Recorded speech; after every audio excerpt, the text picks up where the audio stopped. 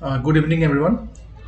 Welcome to ninth live session for the course Functional and Conceptual Design from IIT Madras. My name is Neelarnab Dutta. I'm a PhD scholar and a PMRF fellow from IIT Guwahati. In this particular lecture, I'll be covering important concepts from week 9 lectures. So, have you gone through week 9 lecture videos? The deadline for assignments is tomorrow. Yes. So, have you gone through week 9 lecture videos? Okay, so deadline is tomorrow. So if you have not finished your assignments yet, please finish them on time. Since the nature of the assignments are objectives, so this session will be more conceptual. I'll try to clarify some of your doubts, which will help you in solving those assignments. Okay. So this is what we learned in the last week. Okay. And in the last week, we learned about various types of product architectures, okay, mainly portfolio architecture, which represent a family of products.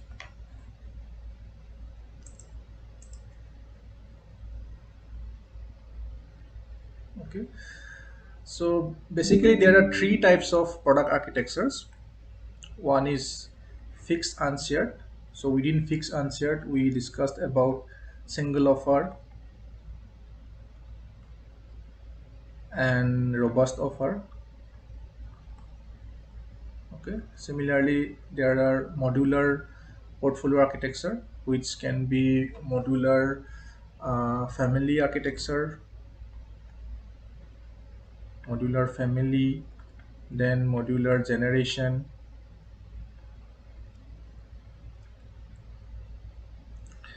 and then we have the consumable, okay, standards, and parametric. Similarly, the another type of portfolio architecture is customizable, which also have two subcategories. One is bespoke, which means you are customizing something for the user at the time of manufacturing, and the another type is parametric, where you are designing something that fits different customers. So there are some sort of adjustable or parameter which you can adjust uh, at the time of use.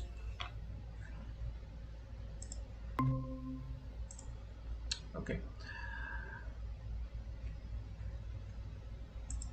Okay, then we learned about how to choose a portfolio architecture.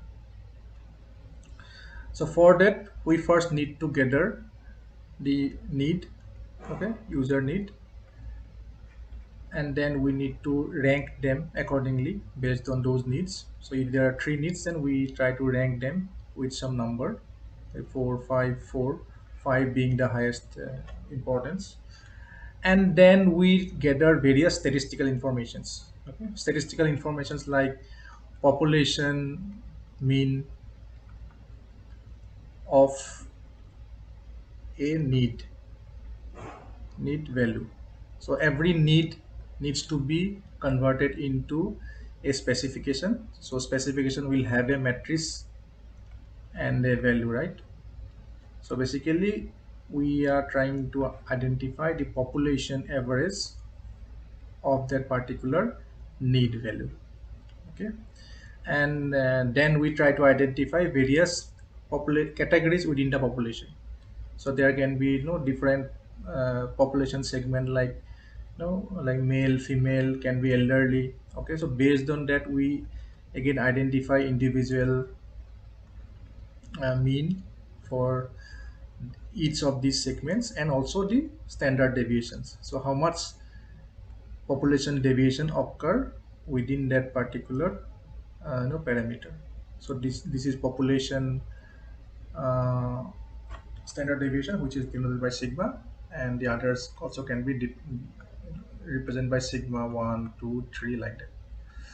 Okay, so and after collecting all this statistical information, we use some sort of flow chart to identify which sort of portfolio architecture we need to consider. For example, if a population mean is fixed with respect to time, that means a particular need value does not change, okay, over time. So this is like 2008, and in 2020 also the need remain the same.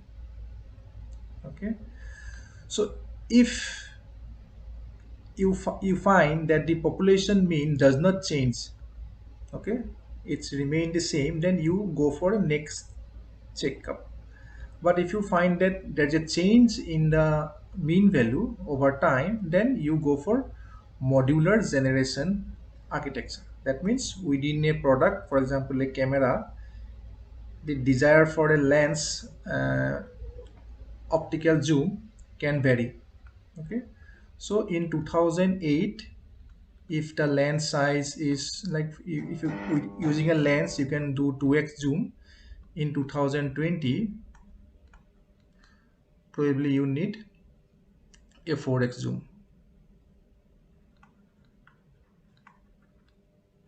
Okay, so this is what is called generation platform. Similarly, after identifying that the mean does not change, then you can go for the next thing, which is the population sigma large. Okay, population sigma large means population standard deviation large. That means we have a very wide bell curve. That means there are a lot of variation, okay, in value that people demand. Okay, so a more wide distribution means there are a lot of variation that people are looking for a particular need or specification value. That means if it is yes, then we'll go for next, but if it is no, that means the population sigma is not large, it is very less, that means it is very narrow. Okay, then what we can go for, we can go for fixed unshared portfolio, for example like a screwdriver. Okay, where we do not have to think about various user, we can just produce one standard tool with a standard head, because the requirement for a particular size or shape of this head is fixed for all. For example, if it is M8 screwdriver, across the population, the shape of, or the value of this length will remain 8 mm, with some plus minus very minute deviation, standard deviation. So again, similarly, if you find that population sigma is uh, large, okay, that means lot of variation, then you go for segment. You try to compare with the segment values. So if uh, your individual customer segments like male, female, okay, and if their standard deviations are same as the population. For example, if this segment standard deviation have the similar width, that means what? That means we need to have something adjustable portfolio architecture, because in order to capture each of this segment, we cannot come up with one precise fixed and shared portfolio architecture. We need to make it a adjustable architecture with a provision to make it adjustable for all the segments. So we need to choose something like this. Okay, similarly, if the population mean is not, population standard deviation is not as wide as, sorry, the segment standard deviation is not as wide as population standard deviation, then we can go for modular product family. That means for a male person we can have a different product, for a female user we can have a different product. So this is what is called modular product family. Okay, clear? Yeah, it's clear. Thank you. Okay. So this was what we learned in the last class, and which was about product portfolio architecture, which is basically defining the architecture for the entire product family. Okay. In today's, I'll be discussing about for a particular product architecture. So this means an architecture defined for an individual product. Okay. So what does a product architecture means? Is basically the scheme by which the functional elements, which is important, functional elements of a product are arranged or assigned into physical blocks. So if you attend my week 7 lecture videos, I have discussed about a sachet dispenser, and I tried to explain like how there are different units, modular units exist within that particular sachet dispenser. So this is what we mean by product architecture. That is how we can convert various functional elements into physical blocks. Okay. So the key considerations we need to take are how product a product offered variety. Okay, that is like while trying to define a product architecture, we need to consider the variation among the product. Okay, and then we also need to think about when we are trying to break down a particular product functionalities and then try to group them into specific modules. Are we going to increase the product cost? Okay, which is the best possible way of grouping functionalities so that we can have a reduced cost. Then again we need to consider like design lead time, like what is the what will be the time requirement if we try to integrate two different functionalities into one unit. Okay, to make it a physical different physical block. Okay, so all the development time period may suffer if you make a wrong decisions. Okay, instead of pairing or choosing some different modules, you end up choosing something else, then probably it will increase your development and design timeline. Second thing is the fourth thing is like development process management. Like if you are trying to do some sort of product architecture design, you need to also consider at the end, you need to actually physically make that particular product. So how you will be doing that, so what sort of skill sets you will be requiring.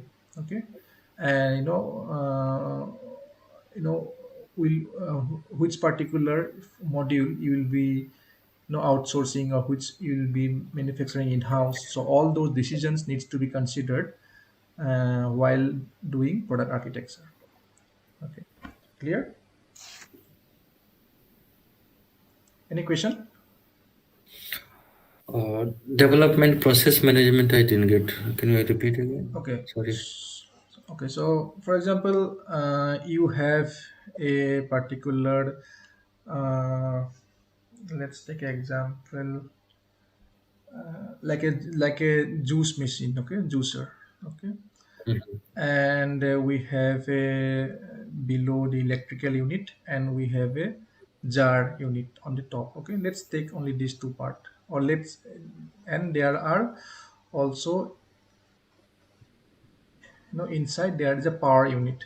Okay, and there is a another is a rotary unit which will convert the electrical power into rotational motion. Okay. Now you can divide this into three modules. Okay, one way is like 1 2 3, right? One is like, okay, one the conversion of 220 volt into something 12 volt, that particular electronic circuitry will be one module. Okay, and then Mhm. 12 volt electrical energy to this rotational motion to produce that particular torque is another module. Then particular this blade assembly may be a fourth module, and this particular glass is a first module. Okay, now there's a way. Okay, like if you have to do this, you need to uh, you need to plan your development process in such a way that you send this particular unit for someone who is good at plastic injection molding. You are sending the blade assembly to someone who is experienced in designing or manufacturing blade assembly. Then similarly electronics you will send to someone who can produce electronics. Okay, now think this way, like if you try to combine 1 and 2 into one particular module, okay, what will happen? It will hamper your overall development process, because now you will have a jar with a fixed blade assembly. Okay, that means the blade assembly is a part of the jar. So you need to plan accordingly, for making those design decisions. So you need to change your development process, you need to manage them, okay, differently. Understood? Yeah, yeah, I got it. So basically, you are saying, if you wanted to change certain, function, if you want to combine the function of two, which you are dependent on to a stakeholder. So then you have to manage your time and before doing the development, correct? Yes, one is third one is the time thing.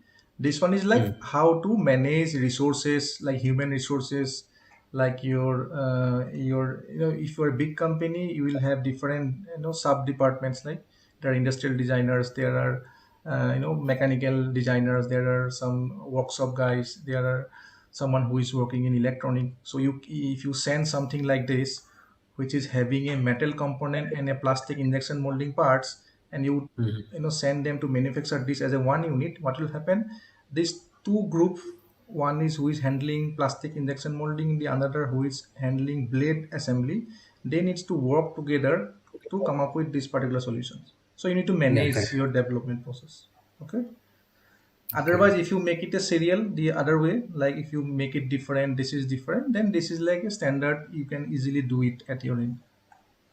Okay, so correct. Thank you. product can pass like this. Okay. So, okay, so within the product architecture, we have two different types of product architecture. One is integral architecture, and the another one is modular architecture. Okay, so do you know what is integral architecture and what is modular architecture? Yeah, integral architecture is something like it's a like physical form which has two three function, but it's like combined together. We cannot separate, and there is no integrated relationship between two three function. Okay, So that's what like here you can see the screw, right? A screw driver. So we have two three function, like two three element is there, but there is no integration of relationship of oh, function. okay, But other way, like modular architecture, when I see that, so there is a model, there is a screw which is an adjustable jaw which I can see. So that is modular, and that is kind of you can remove, and it has different function also. okay, right. So basically, in integral architecture, you may have one functional block or more than one functional block, but those are not physically separable. Okay, and the relationship between each of these elements are not well defined, they're ill defined. And all these components, although it has a plastic handle, a metal screwdriver, all those elements are intended to do only one primary job, which is screwing. Okay, but in modular architecture you have physically separable functional blocks. For example, here you have a jaw, a screw, and a metal body and plastic these things, and these have well-defined functional interactions. That means when you rotate this particular thing moves. So the relationship is active. Okay, so active interaction. This is more like a passive interaction. That means this is just like a grip. There is no mechanical relative motion between these two components. It's act only as a grip. So instead of holding this particular metal body, you are holding this just for ergonomic purpose, but they are serving just one particular purpose. Here also you have this is again one grip only, so this falls under integral architecture. However, there's a screw. When you change this actively, it interact with, it changes the the distance between these two jaws. Okay, that's why it's called a modular architectures. Now there are few factors that you need to consider while designing modular architecture. So that you can consider those as like the factors that affects a modular architecture. One is product changes.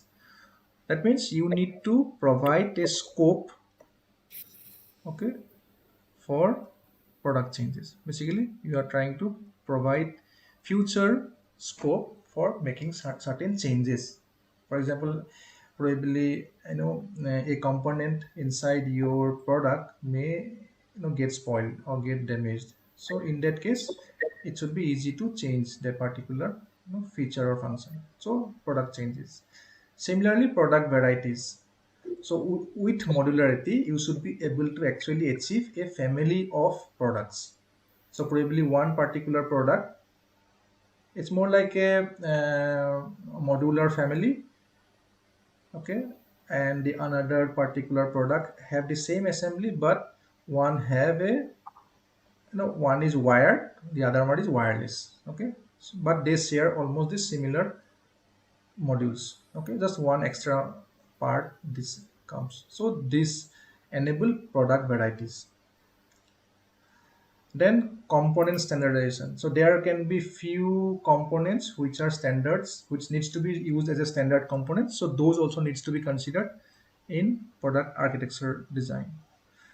For example, if your design needs a LCD and this is available as a standard component, you need to use this standard component. You do not have to actually go for integrating a LCD and a new speaker system and try to create one module. If something is available as a standard, use it as a standard. Okay. Similarly, you should also consider product performance. That means when you are integrating, does it affect the product performance? Does it enhancing the product performance, or does it degrading the product performance? Those things needs to be considered. Fifth is like manufacturability. When you are integrating, like in the last example I gave, when you come up with some design having a plastic body and a metal blade, what will happen? The manufacturability will be difficult because it is easy to manufacture this plastic ball using injection molding. There can be like dies, okay, molds, and then you can actually get that part out, then later you can assemble the blades. That is easier. However, if you try to integrate both together, it is difficult to manufacture. So those things you need to consider. Again, product development management I already discussed. Like when you are integrating something, it will affect your overall development planning. Okay. Any doubt here? No, no, thank you. Yeah, everything is good. Okay, so here's a quiz. So class quiz for you.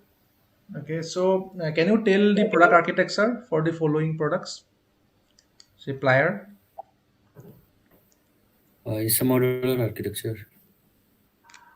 Why? Uh, Modular architecture. Um, I have doubt because it has, I think, certain some assembly system like Okay. on basis of this it jaw expand and shrinks. Okay, so So that remember this, in integral, okay, you may have multiple components. Okay, see there is one component, there is two component, there is this is three, this is four. But if you separate these, this will not act as a plier or cutter. Okay, Mhm. so the overall functionality the will exist only with the integration of all these four elements: one, two, three, four. So this is a integrated architecture, integral architecture. Understood? Okay, yeah, okay, fine. If imagine last time you gave the example for the spanner. What happened in the spanner? Even if you remove this particular screw in the middle, Mm-hmm. still these jaws can be can be moved. Okay, this is just the additional mechanical advantage you are putting to make this thing, semi-automatic or easy for you. Okay. Okay, Okay. however, here what happened, there's without, see, only this thing will not work, right? Mm-hmm. Only having this part or having this below part, It no. has to come together. Yes, it has to come together. Then only it will serve this one particular purpose. It has only one particular purpose, that is cutting. That's why it's an integral design. Does not depend upon how many different elements exist. Okay, if Mm-hmm. they all are intended to make only one particular function, it is an integral design. Okay, next, juicer. So what do you think? Modular. It's obvious. Modular. Modular. Okay, because we have a electrical unit, we have a plastic things, and all of this will, can be physically separated and can be manufactured functionally. They have different purposes. That's why those are modular. What about Yeah. nail cutter? A nail cutter. It's a, I think, integral product, but there is some, yeah, integral product. Okay, that's, I gave purposely this particular example because in the class, live class, Mm-hmm. what Professor Asokan has explained is about a nail cutter, which is only the cutter part. Okay, it is like this, something like this, and having the top. Okay, Okay. here if you see, you have, you know other things also. Okay, so what is the purpose of this?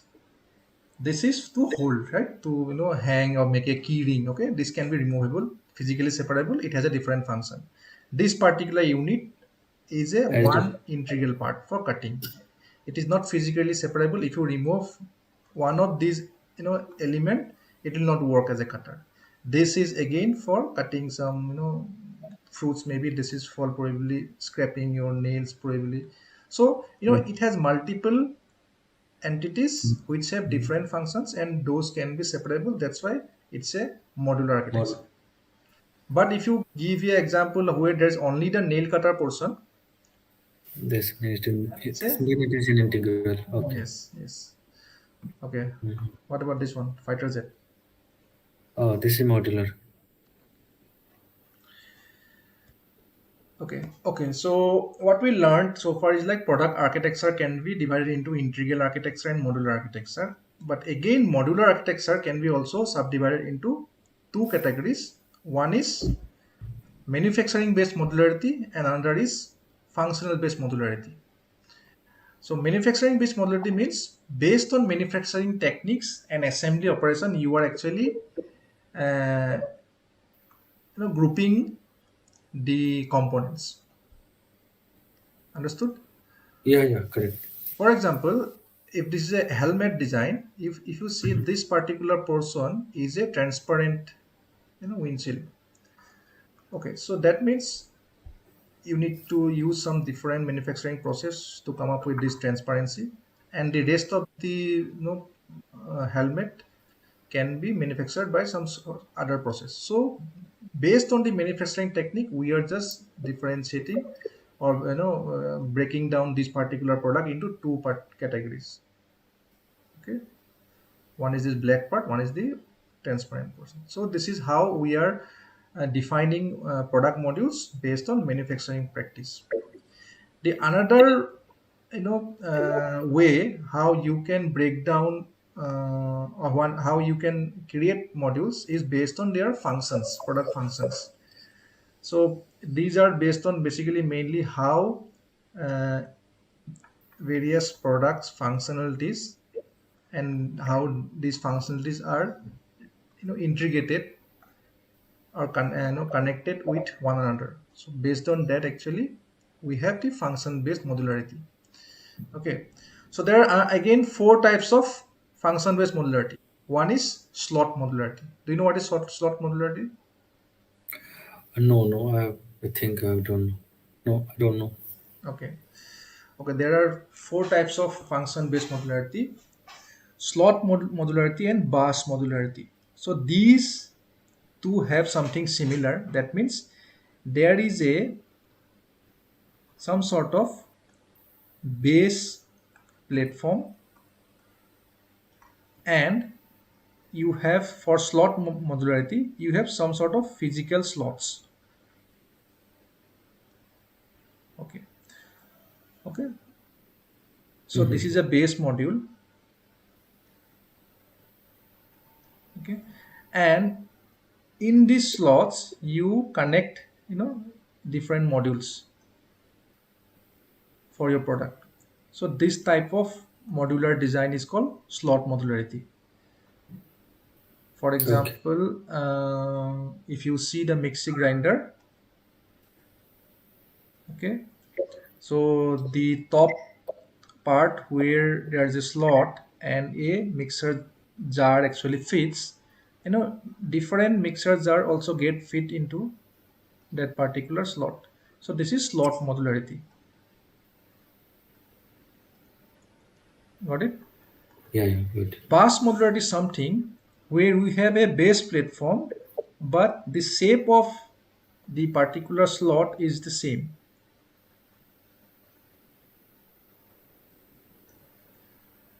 So in slot modularity, it is not required that in a particular product all the slots needs to be of the same size shape. Okay. However, in bus modularity, we call it bus modularity when the slots are of similar shape. For example, if you consider a PC and you use the, if you see a old PC where we used to have some sort of cable, okay, and that particular cable actually can be fit inside, that's a SATA cable. It can go to a SATA hard disk, it can go to a CD drive. Okay, so this is some sort of bus modularity. Okay, similarly in the bike assembly, if you see the how the headlight connectors, they have these four pins. Okay, and there are multiple of those connectors. For example, for DRL one is there, for main central, low beam, high beam, you have different, but for all of them they use the similar shape of the, slots. So this is again bus modularity. Okay, sectional modularity is where there is no base platform. We use different sections. Okay, and then we sections can be of any shape actually, and then we group them to create some sort of some structure which provide a bigger functionality. Okay, those can be, like a chain. A chain can be a sectional modularity. A cubicles in a office can be sectional modularity. You have the same uh, rectangular pieces which you can actually arrange to create different, designs. Okay, so these are sectional modularity. The third type is mixed modularity, where basically we have a combination of all these three. Okay, generally this is, if you see a complex product, something like a Lego, device, Lego based product, or something like a aircraft, complex product having, different, both bus modularity, slot modularity, and sectional modularity. So basically computer PC probably will represent a mixed modular design. Clear? Yeah, yeah. Okay. Okay. So next question is like what we learned so far is like what are different types of, modular architecture, but how to decide uh, how to come up with a particular module structure, like how to group functions. So have you gone through the lecture slides of week 9? No, this time I have not gone through entire thing. Only Okay. half have gone. Okay. So basically, there are two techniques which we can use to define particular module. Okay. For example, if we have a lot of functions. Okay. Now the questions is how to group these. Okay. What is the best way this can be grouped to come up with some modules? Okay. So for that, okay, there can like two modules, there can be three modules. So for that, we use two basic techniques. One is called basic clustering method, okay, and the another is called module heuristics. Basic clustering method use a simple approach like what we what we experienced in the last two lectures of creating a function structure. Okay, so we have a flow model, right? So from flow model we create a function structure. So based on the function structure we can come up with we can cluster various functionalities to come up with certain modules. In case of module heuristics, we use some sort of heuristics, that means rules, some set of rules or guidelines we use to combine or group different functionalities. Okay, so let's keep me first start with basic clustering method. So in basic clustering method, what we do is we first create a function structure.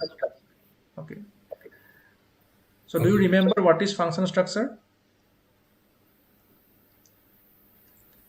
Function structure, like it's So a, yeah, like generally functional structure be input and output in between. We get to know, there is a tree structure or function tree structure. okay. Based on that, I think flow model of the function structure can be created. Okay.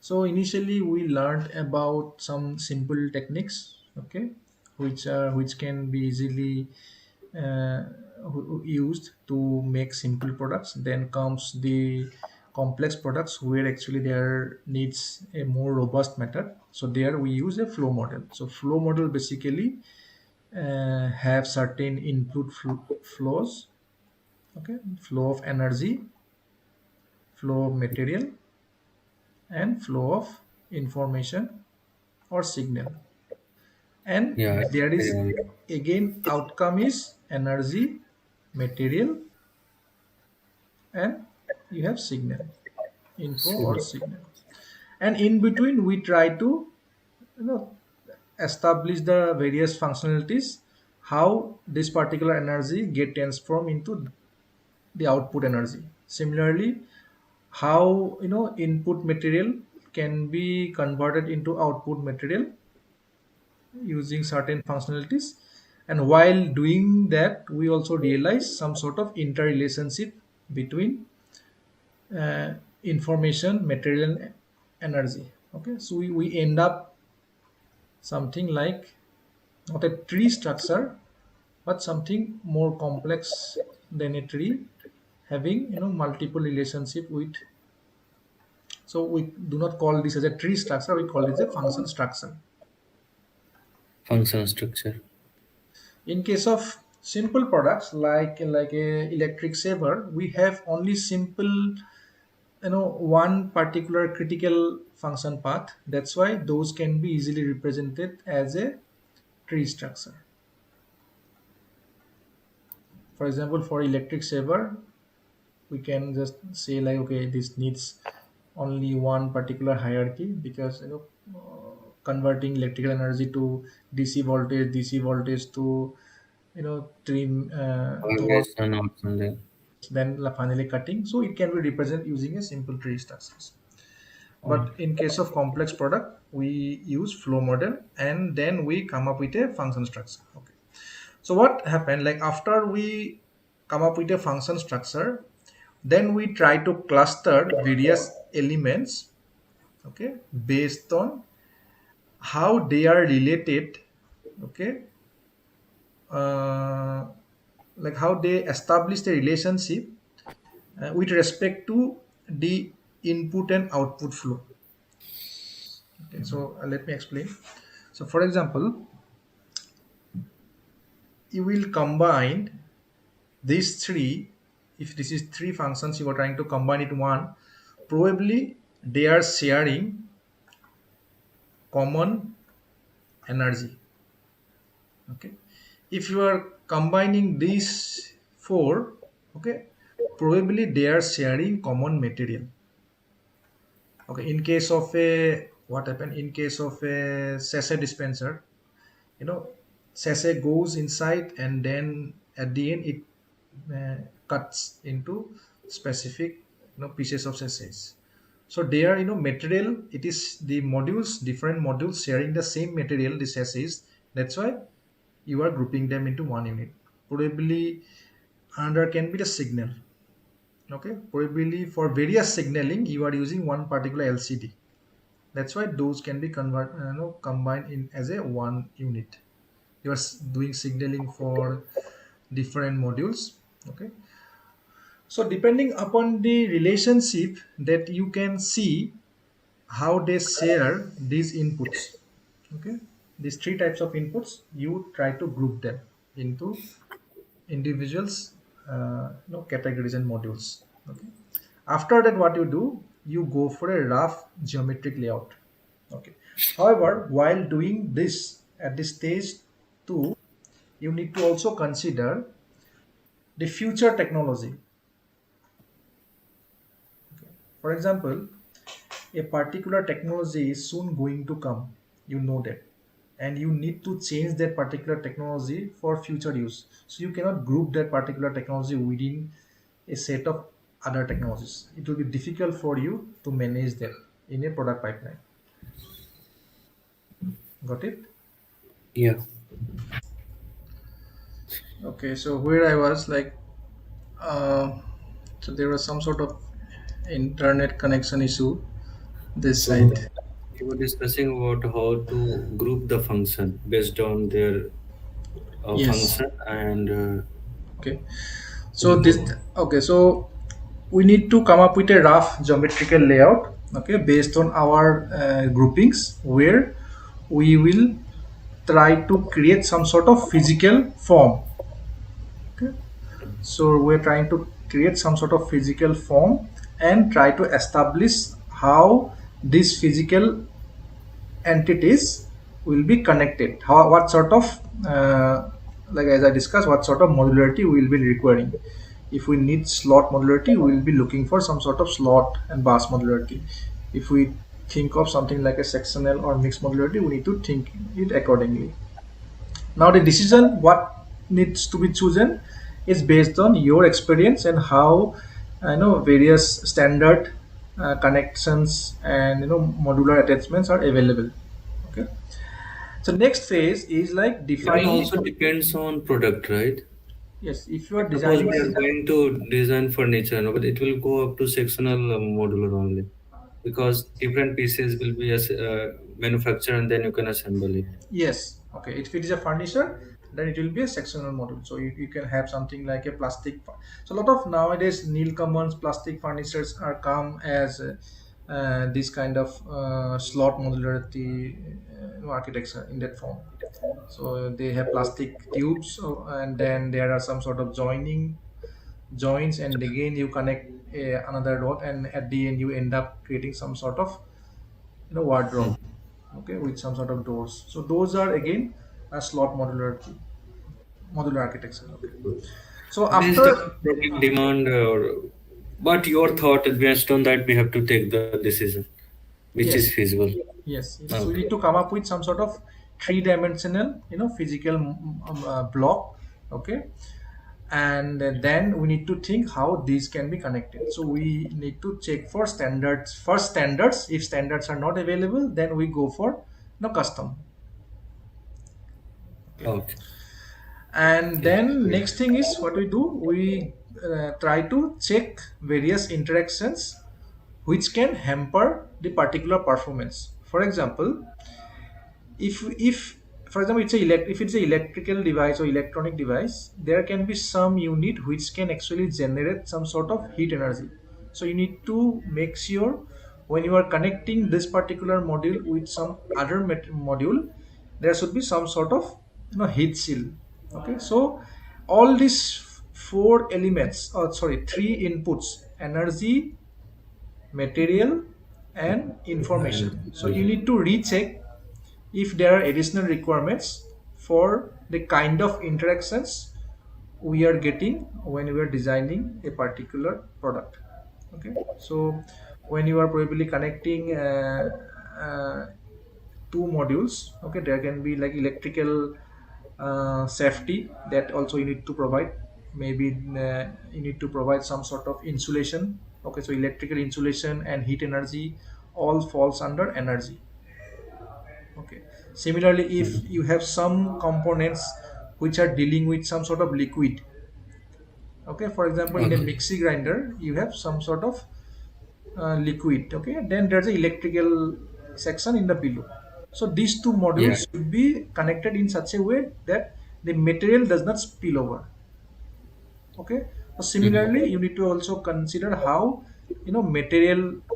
material also should not go between different modules. Okay, so depending upon like the kind of effects that can create, okay, ill effects that can create in terms of energy, material, or information, you need to also check for, how you can isolate individual modules. Okay, so this is the process of basic clustering method, how you can arrive at particular functional modules. So here's an example. So in week 7 live session, I gave this example of a requirement where a particular product is envisioned. That is a sachet dispenser, because in a shopping mall scenario, we don't have the sachets, those 2 rupee sachets, and they have only shampoo bottles. However, if you go to small grocery shops, you get those, but those are available in a very unmanageable way. The reason, because different companies produce these sachets, and there is no standard way how those can be stored. They come with different shapes and sizes. In case of shopping malls, it is hard to manage them, so they do not keep it, and also it is hard to build them also.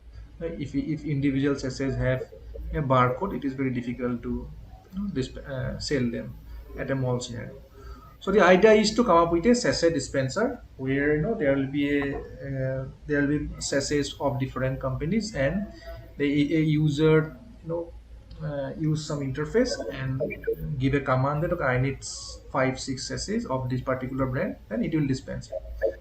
So if this is a particular requirement, then how will you group these product functions into multiple modules? Okay, using the basic clustering method. Okay, so this was what we discussed in the live session 7, like how a flow model can be created for a sachet dispenser. So we have electrical energy and human energy as input energy. Then as a material we have sachets, and then as a signal we have the user commands like on off, or define sachet requirements, or starting a process. Okay, so all those are three types of input flows that we are supplying to this particular black box. And then as an output, what we are getting are like sound. As an energy, sound, we are getting heat. Then as an outcome also, we get a particular number of sessions, and as a signal we are getting some sort of confirmation signal. And what we did there, we just try to create various functions, okay, functional sub functions in between. Okay, so that is the first step. So the first step is to create a function structure. Okay, so after the functional flow model, we end up having something like this: a sachet dispenser having four critical function part. One is storing sachets, then arranging sachet, then get correct number, then dispensing sachet, feed sachet, activate roller. These are the four parallel critical function paths that we end up creating after coming up with this particular flow model. Okay, so this is what is required as a step 1 in basic clustering method. Step 2 is clustering the elements into module and chunks. Okay, so what we considered here we consider how these functional blocks. Okay, this is not a tree structure. See, there are interconnections between different functional blocks. Yeah. So this is not a tree structure, but next step is we need to group them into particular sub functions depending upon how they share energy, how they share material, and how they share information. Okay, now one more functional critical part could be the the the part where electrical energy of 220 voltage is converted into some rectifier, and then it's converted into DC 12 volt. Okay, something like that. 12 volt DC, and then fed to transmit to various, so transmit. Okay, so this transmit thing actually goes to cutting sachet critical functional block, detecting sachet functional block.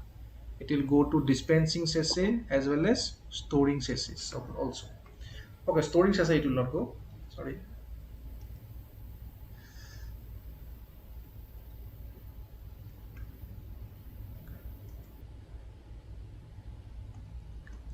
So one important criteria is that whenever we have some sort of shared functionalities which is common to various functional blocks, we take those as a module. So this is one module. Okay, so this is module one. Next we see flow of energy.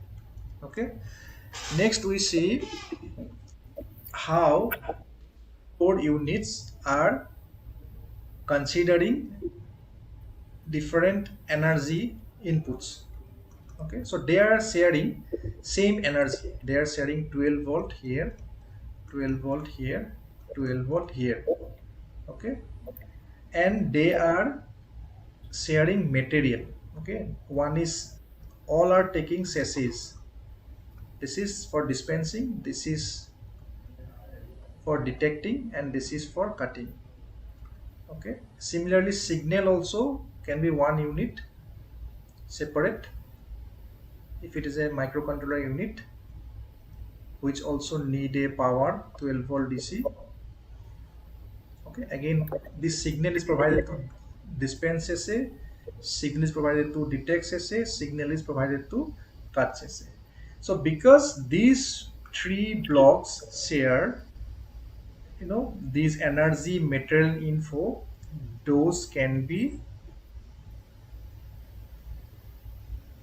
clubbed into individual functional blocks.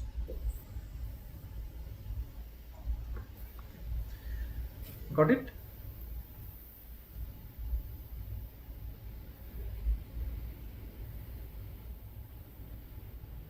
Yeah. And also because not only because of sharing, they also have the functional, they have different functions. Okay, otherwise those will not be modular architecture, it will be more like a what was that? uh, the integral architecture, sorry. So if they have a single function, then that would be a integral architecture. But since those three functional blocks have three different functions and they are handling the similar materials, so this can be actually considered as a linear path where a sachet actually first entered. Okay, sachets are first stored in a storage sections. Okay, from there it got dispensed. Okay, okay, get correct now. Okay, from here it actually got input signal. Okay, then it activates the roller, the machine inside, it activates the roller, it fed this assay and it dispense. Then what happened? Once it is dispensed, it can go on dispensing, right? So it needs to detect. Okay, so for detect, it first detects the rolling function, then it activates the sensor and it detects sassays. So it detects the particular number of sassays. Once it detects the sassays, takes this as sensor information, activate the cutting mechanism, and then it cuts the sassays. So this is more like a linear process. However, this linear process have four distinct functional blocks. Okay, that's why they are they can be considered or grouped together as four individual modules or functional blocks. Understood? Yeah, fine. So next is like after that.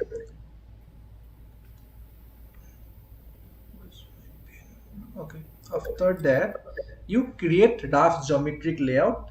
Okay, so basically after that you come up with some sort of geometrical layout. So this is the dispensing system, this is the detection system, this is the cutting mechanism. Next is you need to think how this will be connected. So in this particular design, the sachet is actually, the sachet edge is fed into this dispensing mechanism. Okay, and this dispensing mechanism has a roller and it rolls.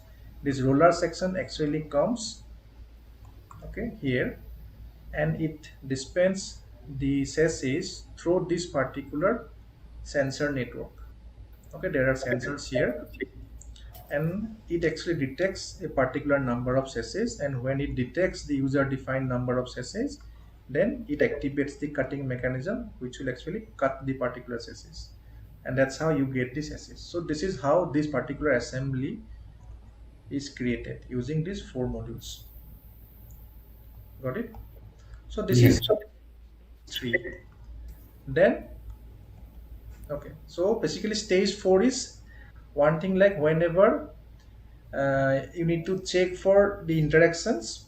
Okay, and you need to check if there are exchange of energy, exchange of material, or exchange of information. Then if there are any sort of disturbances, you need to make sure you take proper measure for that. So in this particular case there are no such requirements where I need to check for I need to avoid flow of material from one unit to another, or I need to avoid flow of energy from one unit to another. So those the consideration I did not have to do. So this is how we come up with product modules. The another method for grouping functions to create product modules is known as module heuristic method. So in module heuristic method, what we do here, we use some sort of heuristics. So very first step is same, we create function structure. Okay, similar to the last example, we create function structure, and then what we do, we try to use certain heuristics. So there are mainly three heuristics. One is dominant flow. So basically you find the dominant flow. So if you go if you, for example, energy is converted into some sort of output energy. Okay, so there is some sort of dominant path, critical function path. There can be sub path, for example, converting particular you know part of energy into some other blocks, but those are not dominant flow path. So this dominant flow path you generally consider as one module. Similarly, there can be branching flow. So you next is you identify branching flow. So if there are some sort of branching happening, okay, in order to again end up having some sort of output, not only for energy, it can be for material also. for material also, if there's a dominant path, okay, and there can be some sort of sub path also, okay, which also can end up having some sort of material output. Okay, so these sub paths are called branching flows. Okay, so those also can be grouped, okay, as a module, okay, particular functional blocks. Then we consider conversion and transmission. So basically, whenever there is a conversion of energy, conversion of energy, or conversion of material, or conversion of information. So this is E, this is M, and this is your I or signal.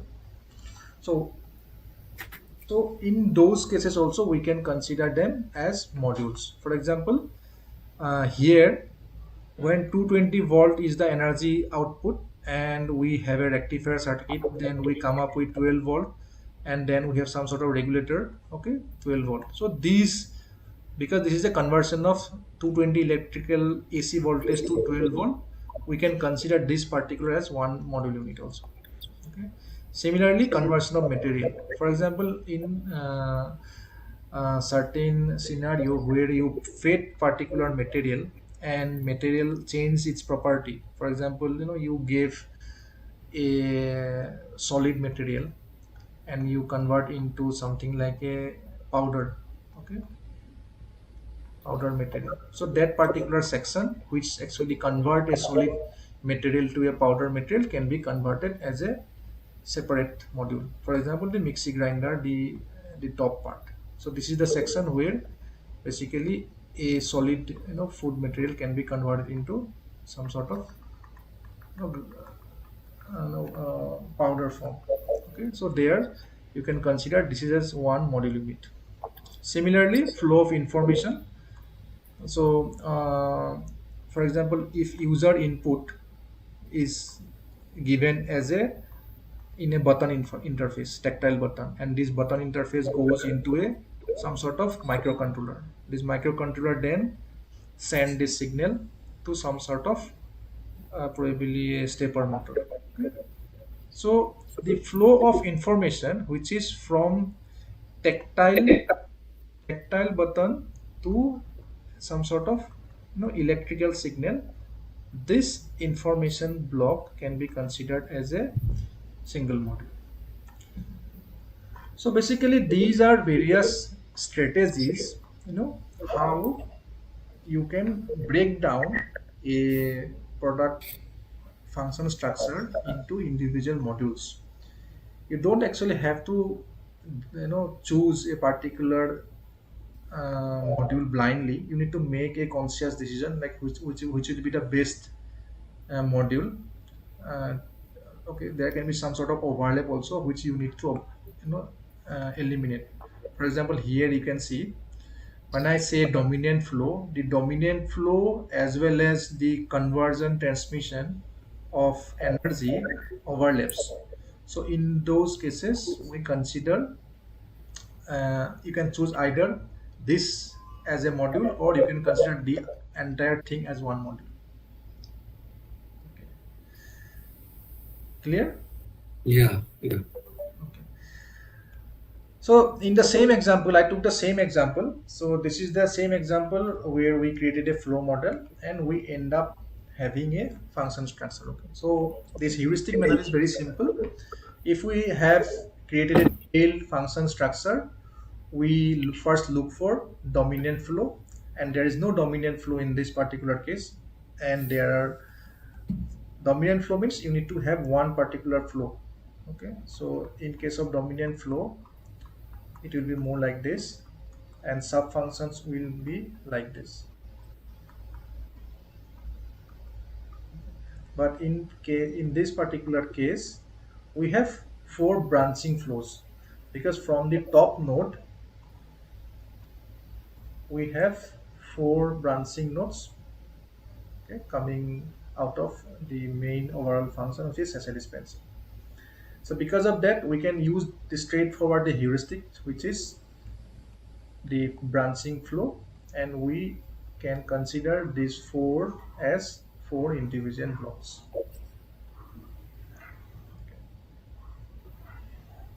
Okay, then we can consider the flow of energy, flow of transmission, like this thing, conversion and transmission. For that, if you consider conversation and transmission, we can also consider the one more module, which is how 220 voltage is converted into, then through a rectifier it's got converted into a 12 volt DC, then a regulator provide you the regulated voltage. Okay, so this entire thing can be a module which actually provide voltage to all the three sub functions, sub modules. Okay, so this is how actually the heuristic method is useful in creating function. Fine. So any doubt here? Now the arrow shows the downwards, but when I look into the function, Actually, when this is created initially, it was created like this, right? As a function. So what we do generally when we create a critical function path, we break down higher function into smaller sub functions. Okay, but actually things happen from smaller sub functions to higher sub functions. So this is how actually we break down the storage of sachets. For example, the ultimate goal is storing sachets. Okay, so for that we need to arrange sachets. So this is a so arrow, downward arrow showing a functional decomposition process. So what we do in function structure, we do functional decomposition, right? yeah, yeah, Functional okay, decomposition means breaking down higher level function into smaller level. However, in reality, things happen in the opposite direction. Actually, mm, we first get the correct number, right? Like for example, yeah, we essays, then arrange these essays, then we store. correct. Similarly, after storage, we It activate the will roller, then feed these essays, send. then dispense. After dispense, detect rolling, activate sensor, then detect essays. Then get sensor information, activate, then cut. Okay. So the downward blue arrow demonstrate the functional decomposition process. However, the way it executes is denoted by the red arrow. Yeah, clear. Thank you. Okay, so that's the end of today's class. Okay. Again, same four functional blocks. Okay, so these are four main functional branching. Using the heuristics, we come up with four. We identify four, branching flows, and in addition to that, we can also use the transmission conversion transmission heuristic. And there is actually a power unit where the 12 volt supply line goes and it supplies a 12 volt DC output. So this particular electrical unit is also a separate functional model using that conversion and transmission heuristics. Okay. Okay. Thank you. Thank you so Okay. much. Thank you for attending the class. So hope this is useful. Yeah, this is very much useful. Thank you. Okay. Good. So the deadline for the assignment is tomorrow, 28 September. So if you have not finished yet, please go through the assignments. It will be easy. After attending today's class, it will be quite easy. Those are only objective type questions. Okay. And the next class will be again on next Tuesday. Tuesday. Sure, sure. Thank you. Thank you. Bye. That's really useful, actually. Thank you. Bye. Thanks. Bye.